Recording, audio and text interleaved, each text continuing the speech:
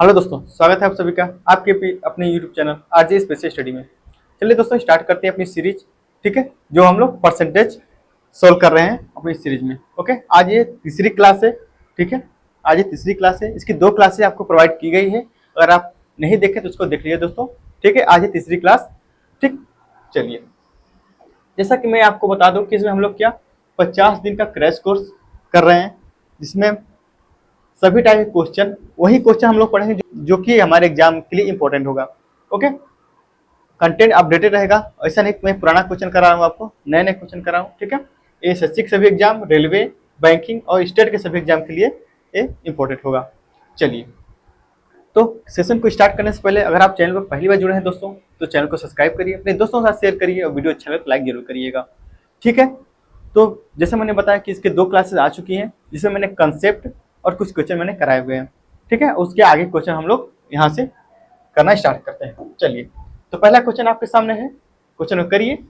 Okay, जैसे मोहन की आय श्याम की आय से 40% अधिक है, श्याम की आय मोहन की आय से कितना प्रतिशत कम है। ठीक है दोस्तों, देखिए, इस टाइप के क्वेश्चन में आप कई तरीके लगा सकते हैं। एक होता है रेशियो मेथड, ओके, और सक्सेसिव मेथड भी होता है, और एक होता है एबी रूल। सबसे पहले हम देखेंगे इसको रेशियो मेथड से। ओके, देखिए, रेशियो मेथड क्या कहता है कि मोहन की आय श्याम की आय से 40% अधिक है। 40% की सबसे पहले हम क्या निकालेंगे, फ्रैक्शन वैल्यू। अच्छा, 40% फ्रैक्शन वैल्यू कैसे निकालेंगे, हमको पता है कि 20% की फ्रैक्शन वैल्यू क्या होती है दोस्तों, 1/5। क्लियर है, 1/5 होती है। लेकिन 40 तो 20 का 2 गुना है ना भाई। 40 क्या है, 20 का 2 गुना है।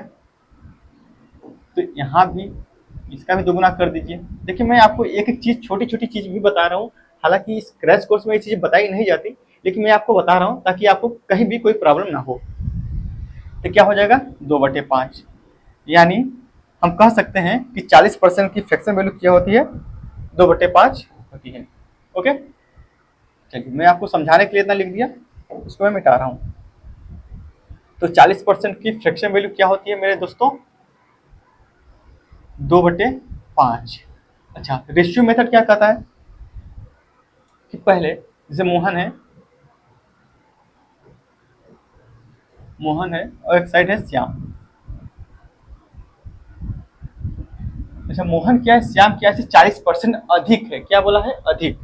ओके, तो पहले मोहन क्या है, कितनी थी, 5 थी, अब अधिक हो गई है, यानी 2 बढ़ गई है। तो 5 से कितने हो जाएगी, 7। ठीक है, 2 बढ़ गई है। तो आगे क्या बोला है कि श्याम की आय मोहन की आय से कितना प्रतिशत कम है। श्याम की आय मोहन की आय से कितना प्रतिशत कम है, तुलना किससे की जा रही है, श्याम की आय से। ओके, किससे तुलना की जा रही है, श्याम की आय से। तो देखिए कितना, पहले हमारे अकॉर्डिंग कितना कम है, आप आंसर 2 कम है। लेकिन नीचे क्या आएगा, क्या श्याम की रेशियो आएगी या मोहन की रेशियो आएगी, तुलना किससे की जा रही है, श्याम से की जा रही है। तो कौन सा नीचे आएगा, श्याम का, मतलब 7। अब प्रतिशत के लिए क्या करते हैं हम लोग, 100 से मल्टीप्लाई कर देते हैं।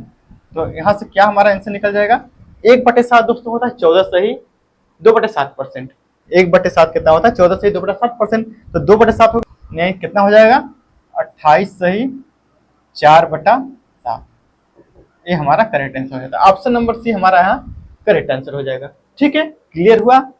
चलिए, अब चलते हैं हम लोग इसके सेकेंड मेथड। जैसे मैंने आपको बताया कि है रेशियो मेथड, क्या था, रेशियो मेथड था, ये रेशियो मेथड था। लेकिन हम इसको करेंगे एबी मेथड से, एबी रूल से। सबसे पहले एबी रूल हम बताने से पहले आपको इसके बारे में बता दो, इसका यूज क्या है। जैसे एबी रूल, एबी रूल क्या कहता है दोस्तों कि ऐसी कोई भी कांस्टेंट वैल्यू, जैसे कि कोई भी दो चीजों को मल्टीप्लाई करके एक कांस्टेंट वैल्यू है, वहां पे हम एबी रूल लगाएंगे। अब ऐसे तो आपको समझ में आएगा नहीं, तो मैं आपको उदाहरण से समझाता हूं। जैसे सपोज दैट कि आप दुकान पर डेली चीनी लेने जा रहे हैं, आपको घर से 20 रुपये मिलता है। आपकी मम्मी बोलती हैं कि बेटा जाओ दुकान से चीनी लेके आओ। आपको पैसा डेली फिक्स ही मिलता है, डेली आपको 20 रुपये मिलता है। ओके, लेकिन आप जब दुकान पे गए तो दुकान पे क्या हुआ कि 20% चीनी की रेट बढ़ गई, 20% चीनी का दाम बढ़ गया। तो आप हमको एक बात बताइए कि जो आप चीनी डेली खरीद के लाते थे, क्या उतना ही आप आज भी लाएंगे या उससे कम लाएंगे? आप कहेंगे सर दाम बढ़ गया तो जाहिर सी बात है पैसा हमको उतना ही देना है, तो उतनी चीजें हम लोग, उससे चीजें कम मिलेगी, जो डेली मिलती थी मात्रा हमको उतनी तो मिलेगी नहीं, उससे कम मिलेगी क्योंकि प्राइस बढ़ गया है। तो उस केस में हम एबी रूल का प्रयोग करेंगे। जैसे मैंने क्या कहा,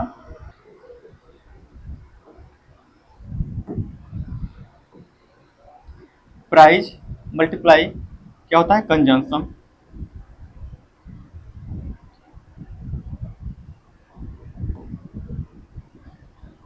बराबर कितना होता है, एक्सपेंडिचर।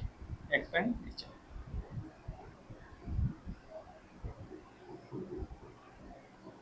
यानी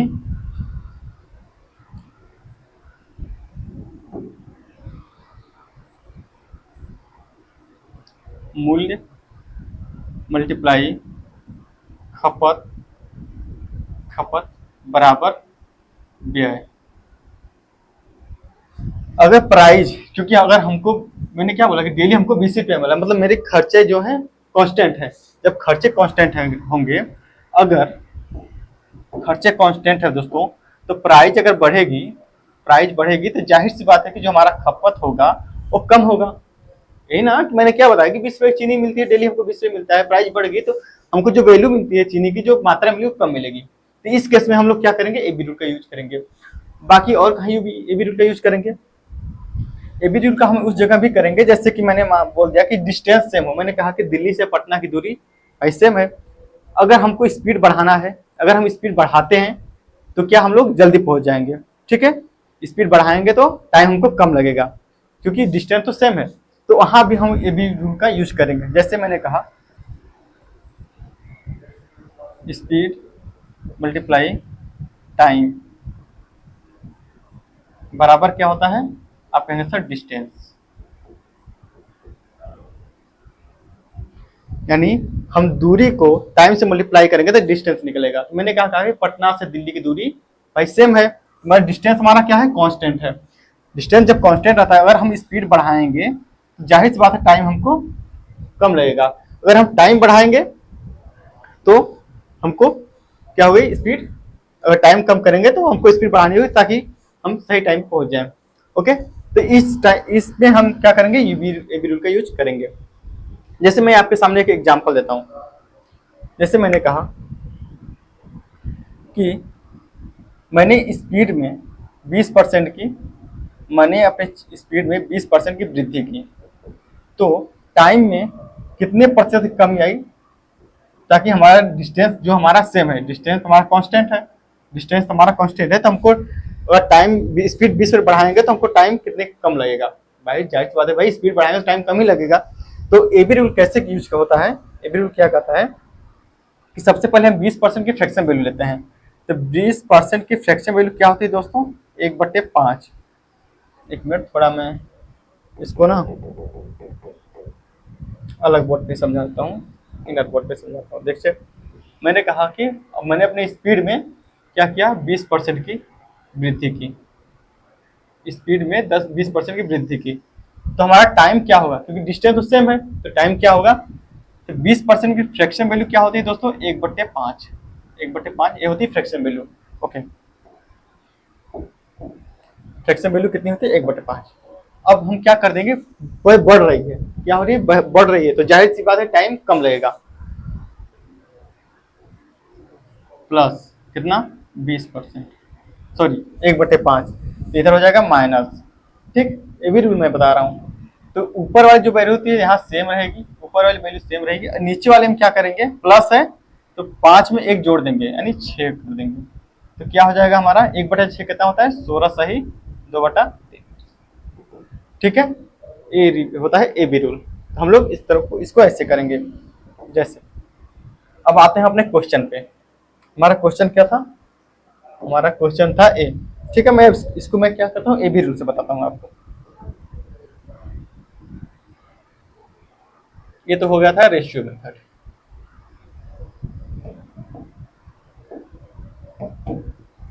अब देखते हैं इसको ए बी रूल से। ए बी रूल से। तो मोहन की आय श्याम की आय से 40% अधिक है, तो श्याम की आय मोहन की आय से कितने प्रतिशत कम है? तो अधिक कितनी है? 40%। 40% की फ्रैक्शन वैल्यू मैंने अभी आपको बताया कितना होता है, 2/5। 2/5 अधिक बोला है तो प्लस का हो जाएगा 2/5। तो जाहिर सी बात है, एक प्लस है दूसरा माइनस होगा, ठीक है। ऊपर वाली वैल्यू सेम रहेगी, ऊपर वाली वैल्यू सेम रहेगी। अधिक बोला है प्लस, तो 5 में 2 जोड़ देंगे तो कितना हो जाएगा? 7। तो 2/7, तो 2/7 परसेंटेज निकालेंगे तो कितना हो जाएगा? 1/7 होता है 14 सही 2/7%, तो 2/7 हो जाएगा कितना? 28 सही 4/7%। तो ऑप्शन सी हमारा ए बी रूल से हो गया। तो आप देखेंगे मैंने रेशियो मेथड भी करके बताया और ए बी रूल से करके बताया, दोनों दोनों चीजों में क्या हो रही है? आंसर हमारी सेम आ रही है, ठीक है। तो ये होता है ए बी रूल, जो आपको शॉर्ट यानी जल्दी तरीके से आप इसको कर पाएंगे। चलिए अब नेक्स्ट क्वेश्चन, अब इसको आप ए बी रूल करके बताइए। ए बी रूल से यदि चाय की कीमत में 40% की वृद्धि होती है तो चाय की खपत को कितने प्रतिशत कम किया जाना चाहिए ताकि व्यय में कोई वृद्धि ना हो? मैंने इसको एग्जांपल लेके मैंने बताया था कि अगर हमारा व्यय यानी जो हमारा खर्च उस कांस्टेंट है, उसमें कोई बदलाव नहीं हो रहा है, तो कीमत में 40% वृद्धि, तुमको खपत कितने कम करना पड़ेगा? चलिए ए बी रूल लगाते हैं। तो कितना है? 40%। अभी मैंने बताया 40% की फ्रैक्शन वैल्यू क्या होती है? 2/5। 2/5 क्या हो रही है? वृद्धि हो रही है, तो प्लस का लिखेंगे 2/5, तो एक साइड हो जाएगा माइनस का। ऊपर वाली वैल्यू जो होती है सेम रहेगी, ऊपर नीचे 5 में 2 जोड़ देंगे यानी 7। तो 2/7 कितना होता है? 28 सही 4/7%। ऑप्शन नंबर हमारा डी करेक्ट हो जाएगा यहाँ पे। क्लियर है? समझ में आया ना? चलिए अब आगे चलते हैं। दोस्तों वीडियो अच्छा लगे तो जरूर कमेंट करिएगा, अपने दोस्तों के साथ शेयर करिएगा और लाइक तो जरूर करिएगा, ठीक है। चलिए अब हमारा क्वेश्चन जो बनता है आगे, concept of percentage increase decrease, perimeter, area और वॉल्यूम। पेरीमीटर मतलब परिमाप, एरिया मानी क्षेत्रफल और वॉल्यूम मतलब आयतन। दोस्तों ये होती है चीजें, क्वेश्चन जो पूछा है मेंसुरेशन का टॉपिक, ठीक है। ये तो मेंसुरेशन टॉपिक है, लेकिन परसेंटेज में भी ऐसे क्वेश्चन आते हैं, ओके। तो सबसे पहले हम लोग देखते हैं कि पेरीमीटर होता क्या है। जैसे मैंने आपके सामने एक आकृति बनाई है, जो ये चीजें होती है ना ऊपर वाली, ये इसको हम लोग क्या बोलते हैं? पेरीमीटर बोलते हैं। क्या बोलते हैं दोस्तों? परिमाप बोलते हैं। ये होता है परिमाप। अच्छा एरिया क्या होता है? जो एक साइड पूरा होता है, एक सरफेस का ये पूरे चीजें होती हैं, इसको बोलते हैं हम एरिया बोलते हैं। और वॉल्यूम क्या होता है? वॉल्यूम मतलब आयतन, मतलब जैसे कोई खाली चीज है, इसमें कोई चीज भरेंगे तो कितना अटेगा, उसको हम क्या बोलते हैं? वॉल्यूम बोलते हैं। इस पे अच्छा क्वेश्चन कैसे कैसे बनते हैं, आइए उसको देखते हैं। जैसे दोस्तों हम लोग फिगर में क्या पढ़ते हैं? 3 चीजें पढ़ते हैं, 1D figure, 2D figure, 3D figure. 1D में हम लोग क्या पढ़ते हैं? लेंथ, ब्रेथ यानी चौड़ाई, लंबाई, चौड़ाई, हाइट और ऊंचाई, रेडियस यानी त्रिज्या, डायग्राम यानी विकर्ण और पेरीमीटर मतलब परिमाप। ये होती है 1D फिगर होती है। क्या होती है? 1D figure. और 2D फिगर में क्या होती है? 2D फिगर में एरिया होती है, कर्व सरफेस एरिया होता है और टोटल सरफेस एरिया होता है। और 3D में वॉल्यूम यानी यानी क्या होता है? आयतन। क्या होता है? आयतन। अच्छा इन लोग का यूनिट क्या होता है? यूनिट हमेशा लेंथ किसमें नापते हैं? मीटर या सेंटीमीटर या किलोमीटर। ये हमारा ये 1D का लेंथ होता है।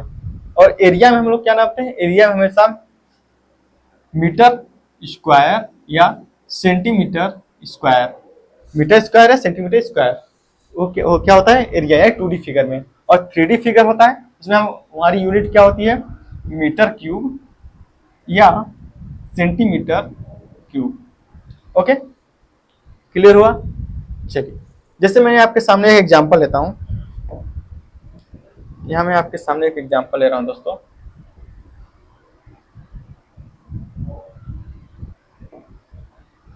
जैसे मैंने आपके सामने एक चित्र बनाया,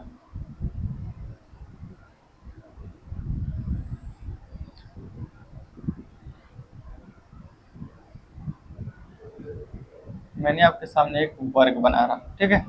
एक है स्क्वायर, यानी मैंने आपके सामने एक क्या हुआ? वर्ग बनाया। अच्छा तो वर्ग में क्या होती है? भुजा क्या होती है? बराबर होती है। सारी भुजाएं क्या होती है, बराबर होती है। और डायगोनल क्या होता है, डायगोनल भुजा का, दो भुजा का, मतलब इसमें हम ट्रिपलेट लगाएंगे, पाइथागोरस प्रमेय लगाते हैं, तो कितना हो जाएगा, डायगोनल √2a होता है डायगोनल। तो साइड सबसे पहले देखेंगे इसकी साइड, तो साइड है कितना, a, साइड हो जाएगा a। अगर मैं इसकी बात करता हूँ पेरीमीटर की,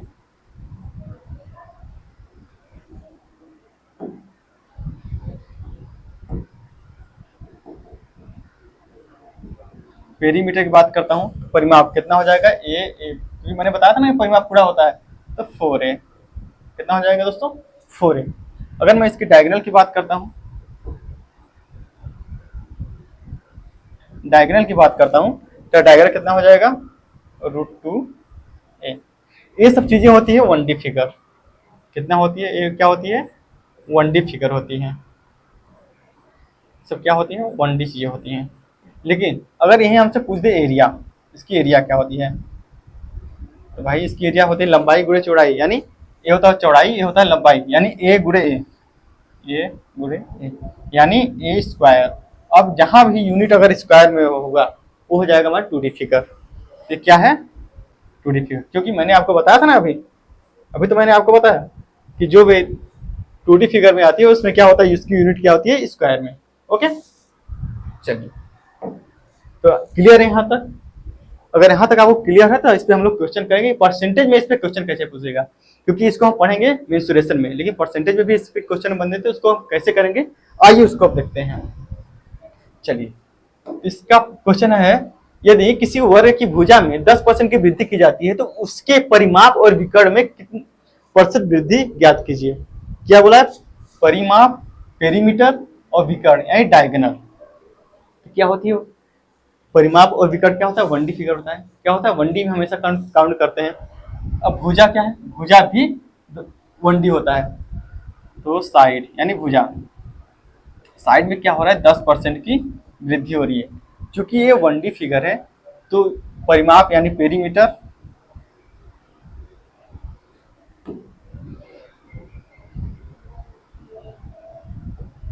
पेरीमीटर और क्या है, डायगोनल, विकर्ण, डायगोनल, ये भी 10% बढ़ेगा, क्योंकि ये भी 1D फिगर होता है। क्या होता है, ये भी 1D फिगर होता है। क्लियर हुआ।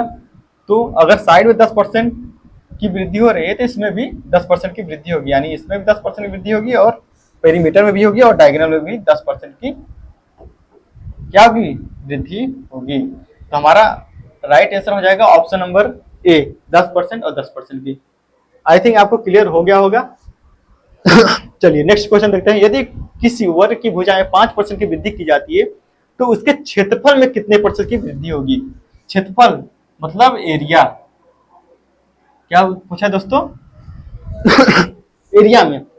अच्छा, एरिया मैंने क्या बताया था अभी, एरिया मैंने बताया था कि एरिया क्या होता है, 2D फिगर होता है। एरिया क्या होता है, 2D फिगर, यानी इसमें यूनिट क्या होगा, स्क्वायर लगा रहेगा। ठीक है,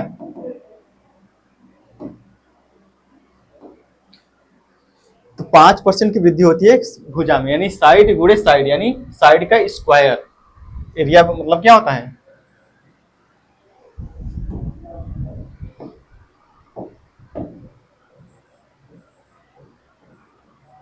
एरिया होता है साइड का स्क्वायर। ओके, अच्छा साइड कितनी, 5%, 5% साइड है, यानी 5 का 5% का स्क्वायर। तो हम इसको क्या लिख सकते हैं, 5% और 5%। अब दोस्तों इसको सॉल्व करने के दो तरीके हैं, सॉल्व करने के दो, एक तो होता है सक्सेसिव मेथड, एक होता है रेशियो मेथड। मैं आपको दोनों मेथड यहाँ बताने वाला हूँ। सबसे पहले मैं इसको मिटा दूँ, ठीक है, तो मैंने समझाने के लिए आपको लिखा। पहले तो इसको देखेंगे रेशियो मेथड से। तो अच्छा, रेशियो मेथड से अगर करेंगे, रेशियो मेथड,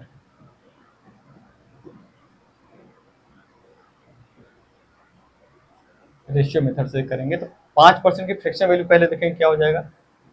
5% की फ्रैक्शन वैल्यू होती है दोस्तों 1/20।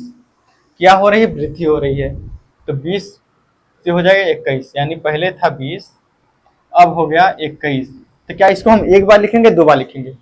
दोस्तों 2D फिगर है, एरिया पूछा है, यानी भुजा और भुजा का गुणा, मतलब दो बार लिखेंगे। तो 20 से 21 इसका हो गया रेशियो। ओके, चलिए तो सॉल्व करेंगे तो कितना हो जाएगा? ये हो जाएगा 400, ये हो जाएगा 21 का स्क्वायर कितना होता है? 441। तो कितने की वृद्धि हो रही है? आप कहेंगे 41 की। कितने पे?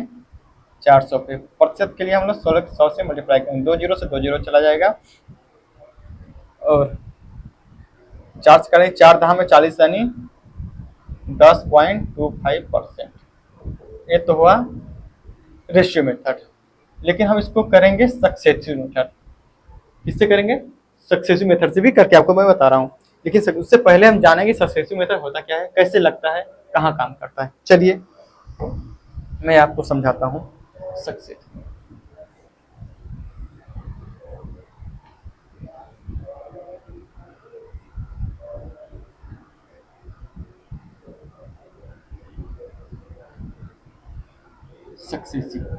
सक्सेसिव हम दो टर्म में लगाते हैं। जब दो टर्म हो और 3 टर्म हो। ओके, 2 टर्म और 3 टर्म। अच्छा, 2 टर्म मतलब जहाँ केवल 5, मैंने बोला ना कि जहाँ जहाँ हो कि A% और A%, B% इतने अधिक वृद्धि हो या इतने पर इतनी कमी हो, वहाँ हम सक्सेसिव मेथड लगाएंगे। जहाँ 2% दिया हो, मतलब दो दो वैल्यू दिया हो परसेंटेज के। तो जैसे यहाँ फार्मूला क्या होता है? A plus B plus AB into 100। ये होता है 2 टर्म के लिए। लेकिन जब परसेंटेज की वैल्यू 3 टर्म में दिया हो, 3 टर्म मतलब जैसे A%, B% और C%, इतने परसेंट की वृद्धि या इतने परसेंट की कमी जब 3 टर्म में दिया हो, तो वहाँ फार्मूला हम लोग क्या लगाते हैं? A plus B plus C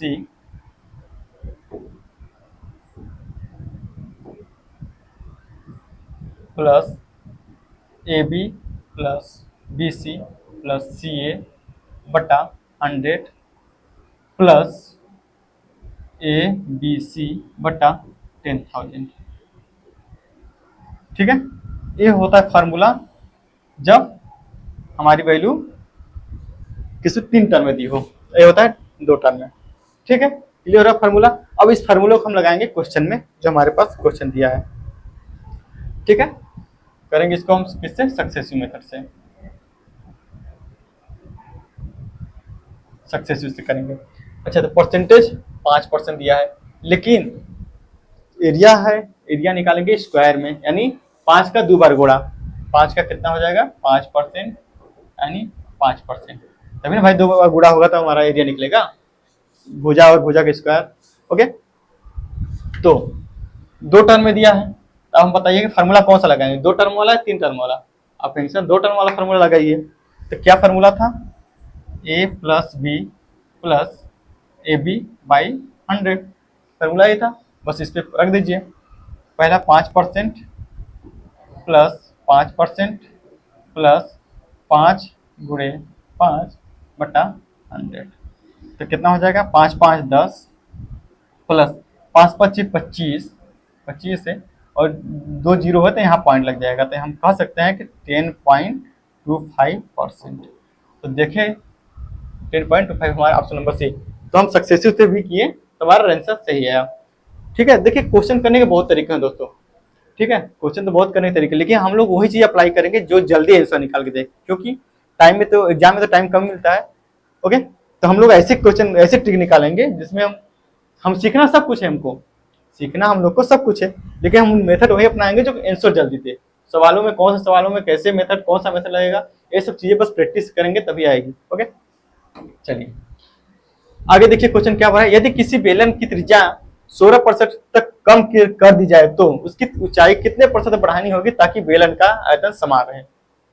ठीक है, सबसे पहले हम देखेंगे कि बेलन का एरिया का फार्मूला क्या था, आयतन का। जैसे मैंने आपके सामने बेलन बनाया,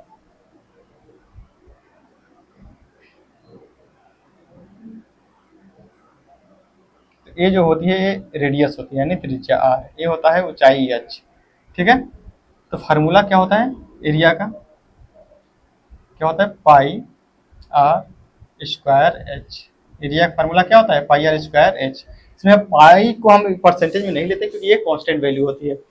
अच्छा, तो एरिया क्या है, सॉरी आर त्रिज्या क्या है, एक त्रिज्या यहाँ आर नीचे आर, यानी त्रिज्या हम 2 बार काउंट करेंगे क्योंकि स्क्वायर में है। ठीक है, 2D वैल्यू। इसको हम लोग कैसे करेंगे, रेशियो मेथड से करेंगे। क्यों, क्योंकि उससे करना हमारे लिए आसान होगा। तो सबसे पहले देखेंगे 16%। 16% की फ्रैक्शन वैल्यू क्या होगी, पहले तो यही प्रॉब्लम में निकालना। तो हम देखेंगे 4% की फ्रैक्शन वैल्यू क्या होती है। तो 4% की फ्रैक्शन वैल्यू क्या होती है दोस्तों, 1/25। चूंकि 16 इसका 4 गुना है, 16 इसका 4 गुना, तो इसका भी हम 4 गुना कर देंगे तो कितना हो जाएगा 4/25। तो 16% की फ्रैक्शन वैल्यू क्या हो जाएगी 4/25।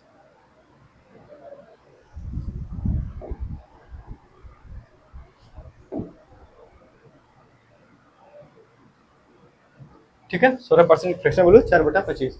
अच्छा, क्या हो रही है, कम कर दी जाए, क्या हो रही है, घट रही है, बढ़ रही है, घट रही है।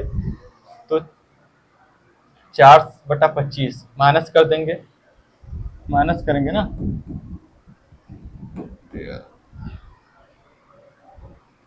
तो मतलब पहले 25 थी, अब 25 में 4 कमी हो रही है यानी 21 हो रही है। ये तो हो गया रेडियस यानी त्रिज्या, क्या है रेडियस है यानी त्रिज्या। हमको रेडियस 2 बार लेना है और ऊंचाई को 1 बार लेना है। ठीक है, तो रेडियस कितना हो जाएगा एक बार और, 25 से 21। ठीक है, 25 से 21। अब बोल रहा है कि ऊंचाई कितने प्रतिशत बढ़ाए, मतलब ऊंचाई की वैल्यू हमको नहीं दी है, ऊंचाई हमको निकालना है, ऊंचाई हमको निकालना है ताकि बेलन का आयतन समान रहे। तो भाई आयतन क्या होता है, एरिया बराबर पाई आर स्क्वायर, तो इसका गुणा करेंगे तो हमारी यहाँ से एरिया निकल के आ जाएगा। तो एरिया समान रहे यानी एरिया जो पहले था अब भी है, एरिया में कोई बदलाव नहीं हो रही है, मतलब एरिया में एरिया का रेशियो बराबर है। ठीक है, क्लियर है। तो हमको एच यानी हाइट निकालना है, तो हम लोग क्या करेंगे, इसका सिंपल तरीका है दोस्तों, देखिए हाइट निकालने का तरीका क्या है कि इसका मल्टीप्लाई करेंगे इन दोनों में,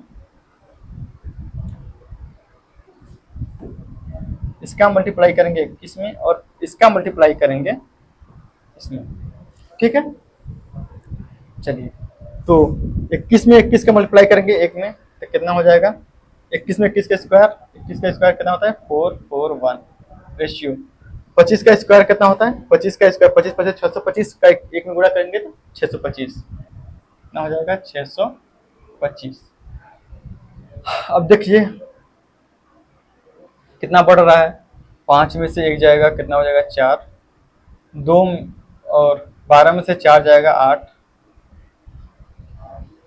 और 5 में से 4 जाएगा 184/441 मल्टीप्लाई 100।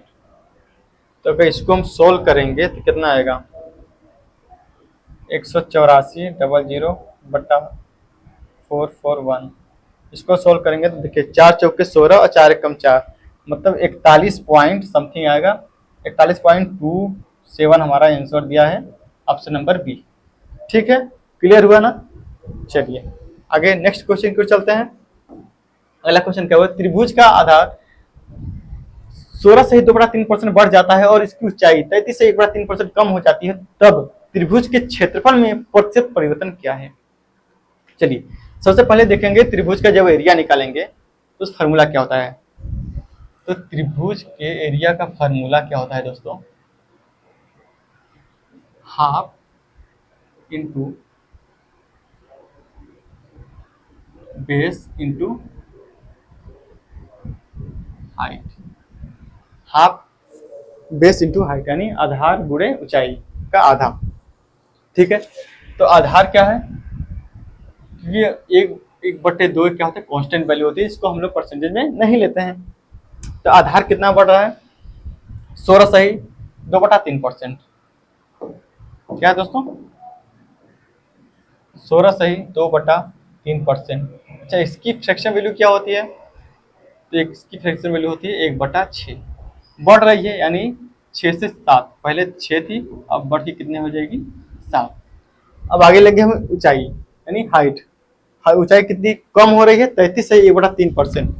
33 सही 1/3% का फ्रैक्शन वैल्यू क्या होता है? 33 सही 1/3% का फ्रैक्शन वैल्यू क्या होता है? 1/3।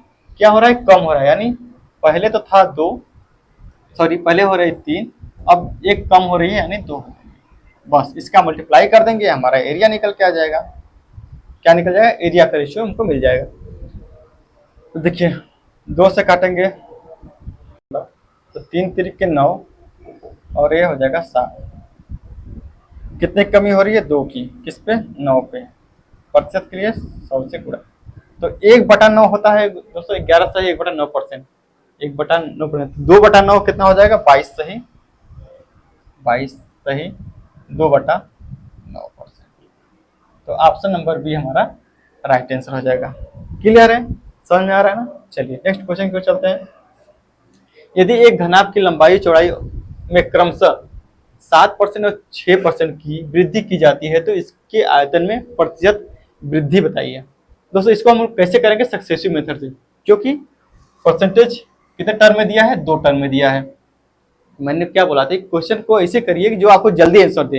अगर मैं इसको सक्सेसिव फार्मूला से करूंगा तो ज्यादा टाइम लग जाएगा, रेशियो से करूंगा। ओके, तो इसको हम लोग कैसे करेंगे? सक्सेसिव मेथड से करेंगे। ओके, देखिए पहले क्या हो रही है? 7% और 6% की वृद्धि हो रही है। तो 7% प्लस 6% प्लस 7 × 6/100। तो 7 6 हो जाएगा 13 प्लस 7 6 42। 100 है तो नीचे पॉइंट लग जाएगा, हम कह सकते हैं 13.42%। हमारा ऑप्शन नंबर बी हमारा करेक्ट आंसर है। क्लियर हुआ? चलिए आगे देखते हैं। आगे हमारा नेक्स्ट टाइप है question based on price consumption and expenditure.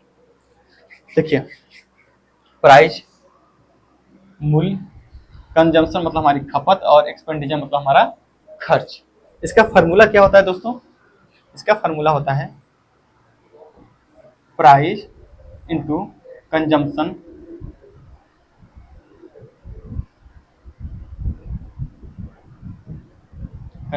बराबर होता है कितना? एक्सपेंडिचर के।